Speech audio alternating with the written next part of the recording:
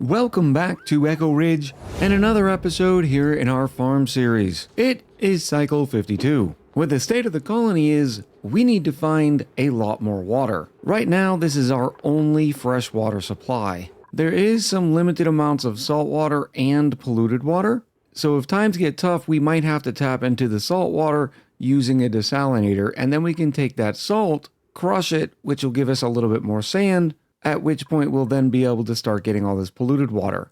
Unfortunately, we haven't found a single geyser yet though. And when we do find it, I really do hope it's the saltwater variant because right now we only have 6 tons of sand. And ye old water sieve requires 1 kilo of a filtration medium per second. Which if that doesn't sound like a lot, let's put it into the context of per cycle, which it's 600 kilos or just over half a ton. Now, it wouldn't have to run flat out if the only thing we're using the water for is the electrolyzer. And the way you can sort of predict this is we know that the water sieve can give us 5 kilos per second. Well, that 5 kilos a second comes at the cost of 1 kilo worth of sand or a filtration medium per second. So our electrolyzer would be able to run for 5 seconds before that water sieve would have to work again. So we could take these values and divide them by 5 because the water sieve would only be working 1/5 at a time. And that's at the electrolyzer's max capacity of 8.88 dupes, where we only have 5 dupes. So we have some time and some options, but I would much prefer finding out what direction we need to head into instead of just sort of shooting darts at a dartboard. There's also all this wonderful thimbleweed growing. I need to get the enable harvest on and the duplicates in here because until we get Drecos going, this will be our source of reed fiber. Here's another one over here on the east side of the colony, which has gotten me thinking, should we use the pips and start mass planting all sorts of crops? I mean, every wild thimbleweed would give us a free reed fiber every 8 cycles, which is not too bad. But I kind of like the idea of the farm sort of paying for itself using the resources we collect in and around the map. So in other words, paying the polluted water cost for the thimbleweed. I'm not really sure. This brings up a conversation that was happening in the comments about whether or not I should be using sort of industrial machines and major systems here on the farm. Well, remember, just because we're an organic sort of farm doesn't mean we don't use machinery to accomplish the end goal. And we have a trapped dupe. While I was sitting there running my mouth, poor Glenn doesn't have much oxygen left. There is some igneous rock right here and aluminum ore, so I think the best bet is an igneous rock ladder. And hopefully their building skills are really, really good. Run, Glenn! Run! Well, at least at this point, it's Glenn's fault if something bad happens. So today, along with doing some cleaning up of the colony, we're also going to do a lot more exploring. Now, I do have some fresh oxygen here, so I thought we'd make use of the wonderful crafting stations. This is a building I haven't used very much, because normally by this time, I'm already running around with Atmos suits, but I figured, why not? In the background, I'm also continuing with some more research. For instance, I am going to head towards the water sieve here, the desalinator up here, and probably get bathrooms, even though we will not be getting bathrooms anytime soon, because once again, the bathroom system we use requires a filtration medium, and that's a filtration medium we don't have. Unless, of course, I wanted to start wasting massive amounts of material here inside the rock crusher, which, no, I do not. Now, we do have 786 kilos worth of salt. Salt is a great place to get some sand because when you crush up the salt, you're giving table salt and sand. It's one of the few processes in the game that gives you more than what you put into it. We put in 100 kilos worth of salt, but we get 100 kilos and 5 grams back. Another blueprint, and this one's not too exciting. The poke shell spawn we don't need because there's plenty of poke shells in and around this colony. Although, grabbing this one, I could move it around and it could start eating some of the polluted dirt. We're not going to be grabbing any of these dupes because, as a reminder, we only get farmers and ranchers. Now, we prefer that they have some other skills as well, but farmers and ranchers are all we're printing here on this colony. So we're going to take the poke shell spawn, and I'm going to move it into the bathroom for now. There's plenty of polluted dirt there, which will give us 50% back in sand. Once I finish up some other research, I can put another room here where the dupes can take the polluted dirt and drop it off in the room. So maybe I pause this research first and go grab the automatic dispensers. Because otherwise, when this pokeshell spawn grows up and lays an egg, everybody's going to get crab pinched as soon as they go to the bathroom. So we've built the crafting station. Unfortunately, apparently we don't have all the tech yet required, which comes here in portable gases with the oxygen mask pattern. So we'll add this to the queue as well. Ooh, we did find a Draco on this planetoid. Very nice. I can't remember if I found it before or if this is new, but I'll take it. That means we have access to plastic and reed fiber now. We have some plug slugs, we have fish, some sporkids, so maybe we can make some peggies. All of this and still no water. Also in our explorations, we found a lot more algae in some of these slime biomes. Because we're already using the electrolyzer, I'm going to try to save all this algae for initial space missions. But if times get really tough, we can do the very odd thing of going from an electrolyzer oxygen supply to our oxygen diffusers, which would mean we'd be going backwards in tech. We finished our first bit of research, which is going to give us access to the automatic dispensers. So I'm going to take this poke cell and move them in here. I'm also going to move all these things out because I haven't set up my sweep storage yet. But now on this automatic dispenser, I'll be able to select polluted dirt. And so all the polluted dirt from in and around the colony is going to be dropped off right here. And once all this is done, I'll just lock the doors to where the dupes can't get in here anymore. And then every once in a while, when we do need to get in there, I can just put sweep only on, allow the duplicates in to do whatever work they need to be able to do. Which, now that I have the automatic dispensers, mean I can sort of set up our infinite-esque storage solution, which I suppose this is a good enough spot here. I'm going to build a little area just like this.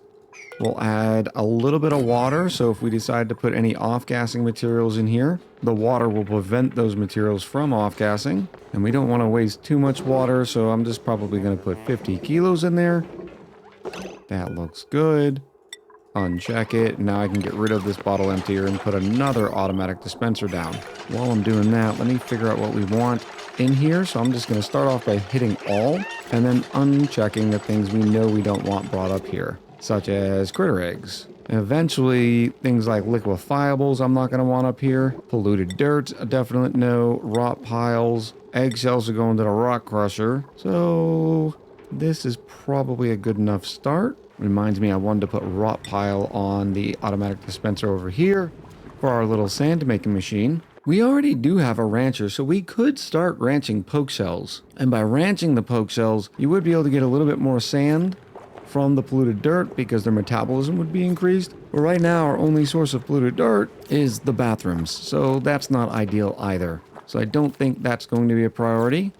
But we are ready with this crafting station here. So we're going to make, let's say, 3 oxygen masks.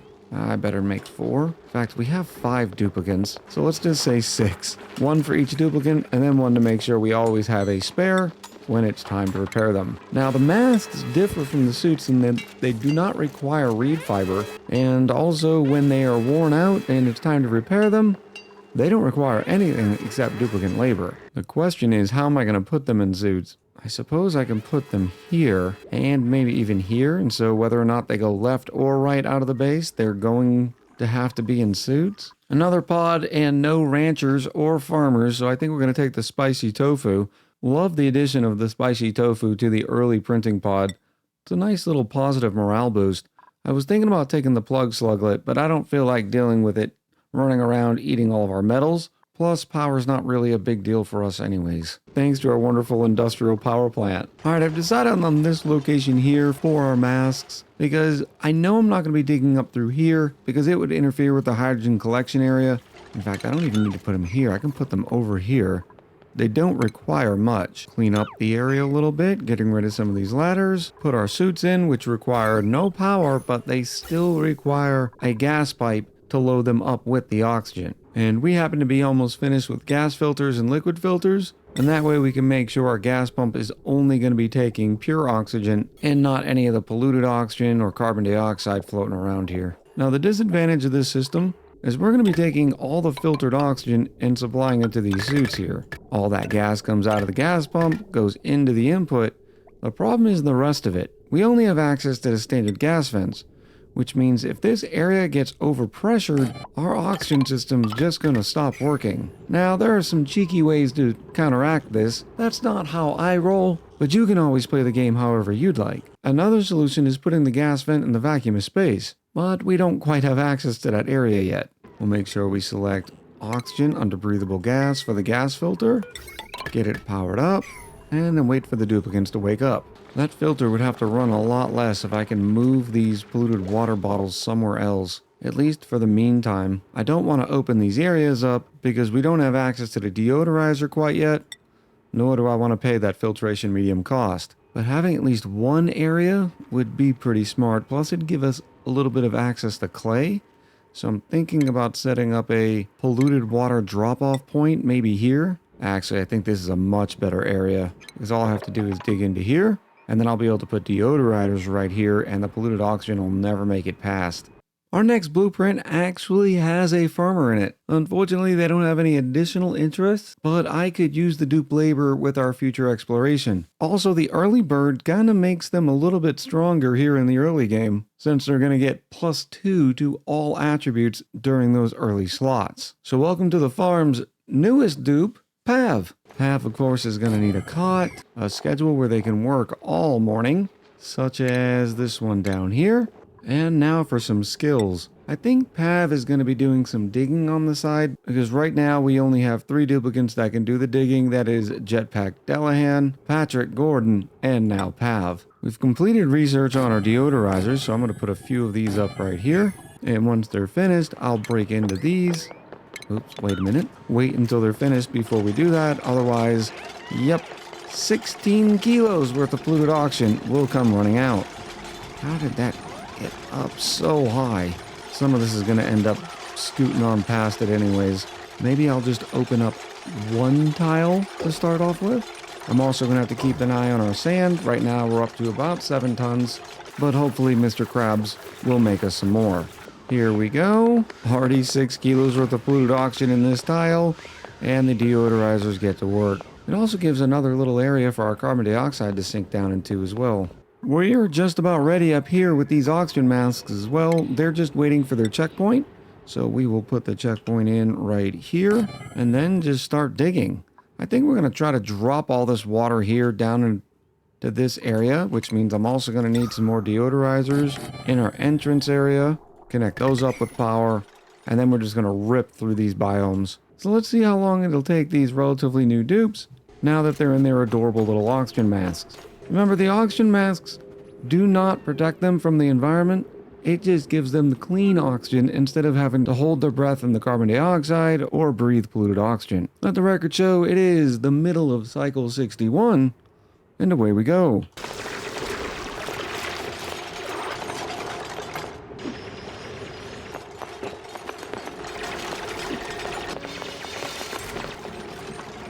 Well, that's not bad progress so far.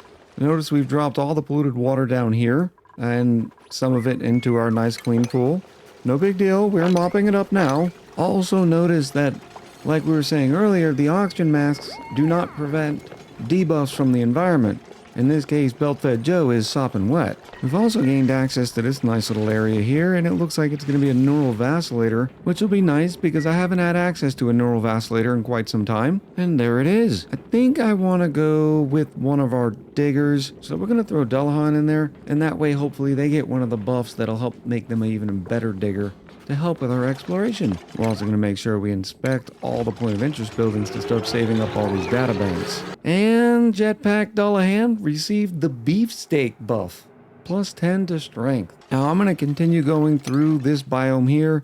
Even though this is a separate biome, we're still just going to drop everything in here because, well, it's filled with polluted water. I am not letting out this plug slug yet because it'll get the munchies and start eating all the metal ores. On the good news front, we did find a vent or a geyser up here along with even more oil reservoirs. We have found at least one oil reservoir over here, which so far sounds great, except for the fact that we don't have any water. And once again, because we're not in suits, we need to be a little bit careful with the temperatures of the biomes we're breaking into. Luckily, this one's not too bad at around 60 or 70, so I think we will try to scoot in there. A, we're going to get some access to some refined metal in the form of lead, but B, we'll be able to find out exactly what this geyser is. I was considering auto here because they do have access to supplying, plus 5 strength at that, plus handy in construction.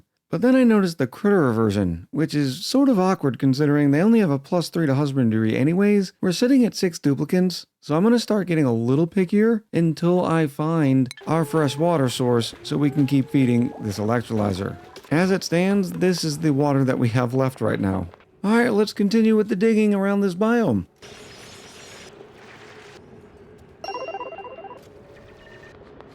Well, there we go. Now we have so much space for activities.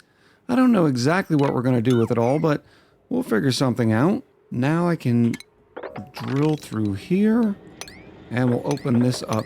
Something else I realized when we were digging up this side, though, is it was a swampy biome, which means it's filled with polluted dirt and mud. In fact, right now we have 20 tons of clean mud and almost 14 tons of polluted mud. So while not a perfect solution, having the sludge press here will help keep our water supplies going. I've extended the tank a little bit, put in some mesh tiles, and I'm going to put a storage bin right here that'll collect all the mud as well. Now the sludge press is only 120 watts, so our grid is still doing just fine. We're at about 135 watts on average with a potential load of 1650. I'll use our liquid pipes, connect it right to the same vent that we were using when we pumped all that water from the bottom of the colony. And then I'm going to set mud to dirt and water on forever.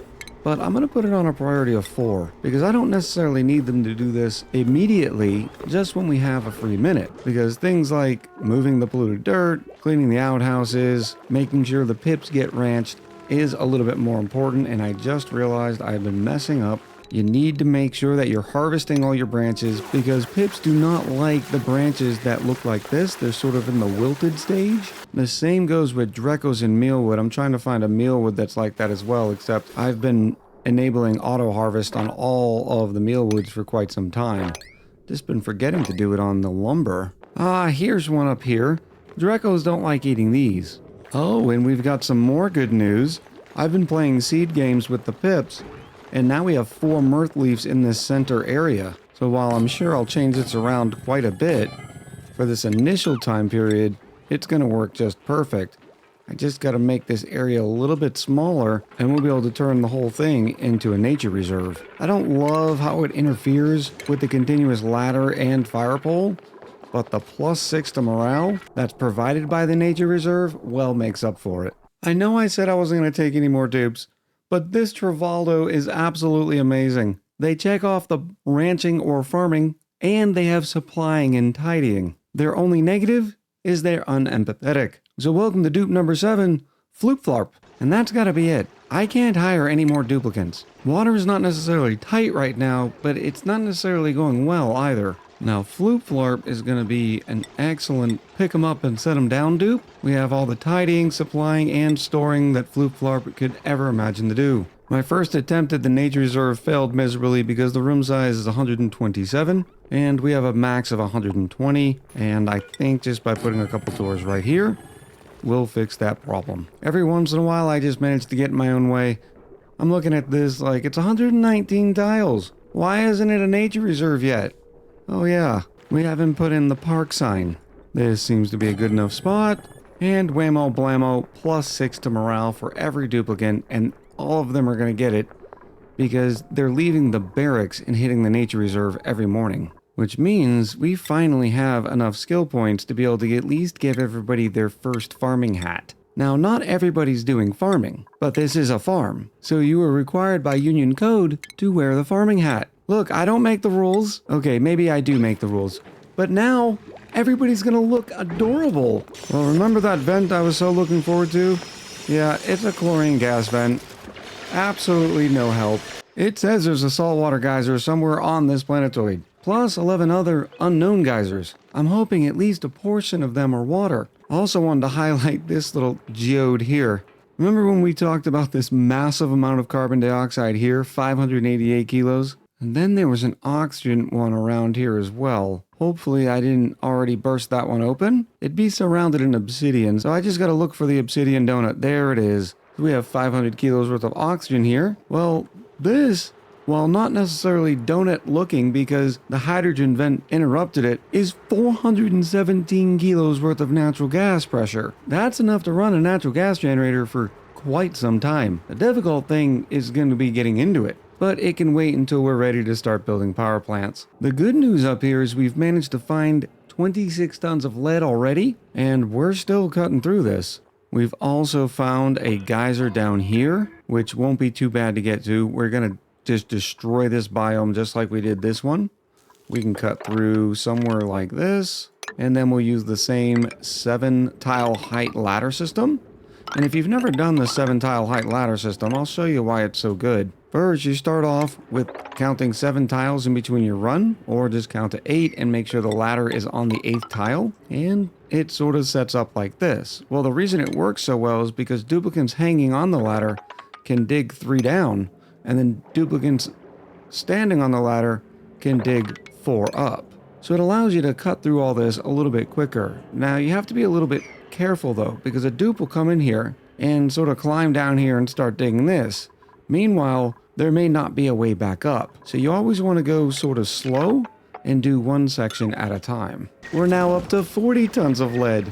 Of all the things that have not been working out on this colony, this isn't one of them. Having access to an oily biome that isn't too hot for you to get into, and thus supplying all sorts of this refined metal, is definitely clutch. Not to mention all the wonderful diamond we get in here as well. I also finally found a geode that wasn't filled with a gas that we can't handle. This one is a copper ore geode, and there is some neutronium up here. And based on the fact that it looks like it's in a saltwater biome, means the chances that it's a saltwater geyser are somewhat promising. So I'm going to clean up the oil biome, gather all the rest of the materials we can, finish cleaning this one up, seeing what this geyser here is, and I'll get right back with you. The bottom of this biome revealed a leaky oil fissure.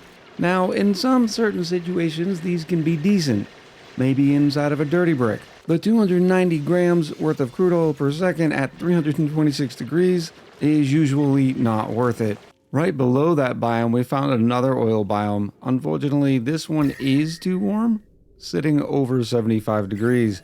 But what's interesting is we found even more oil reservoirs. So yes, that's right. We found oil underneath our farm. And we're about to pass over cycle 100, and we're getting the very cute new celebration. While it always makes me happy, because the sound comes so few and far between, I'm always staring around the screen, trying to figure out what's going on. What's that noise? Where's it coming from?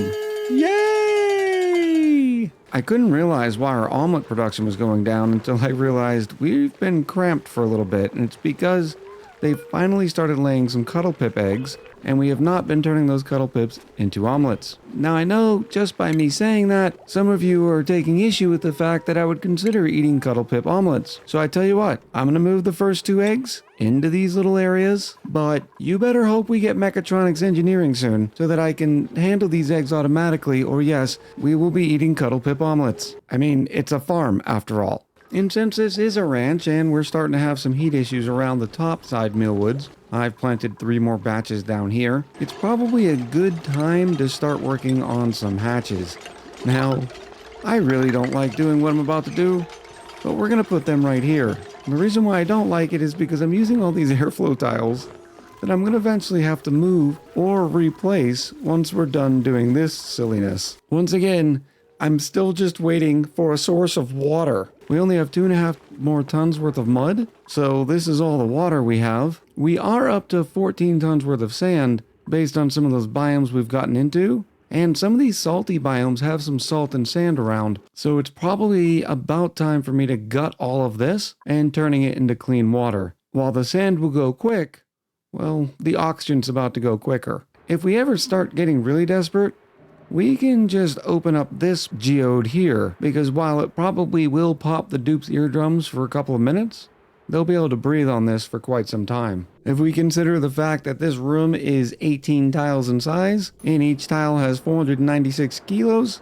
rounding down of course, it means there's 8.9 million grams worth of oxygen just inside here. Well, considering the average dupe only consumes 100 grams per second, that gives us 89,280 seconds worth of oxygen. We can further divide this by 600 to get our per cycle rate, and we get 148 cycles. Now, remember, this is 148, I don't know how we're going to say this, dupe oxygen cycles? So at 7 dupes, this one geode represents 21 cycles worth of oxygen. I'm going to coin that term, dupe oxygen cycles. Let me know in the comments below if you can think of one better. Sort of like man hours. We've finished work on our 96 tile stable that is going to house hatches.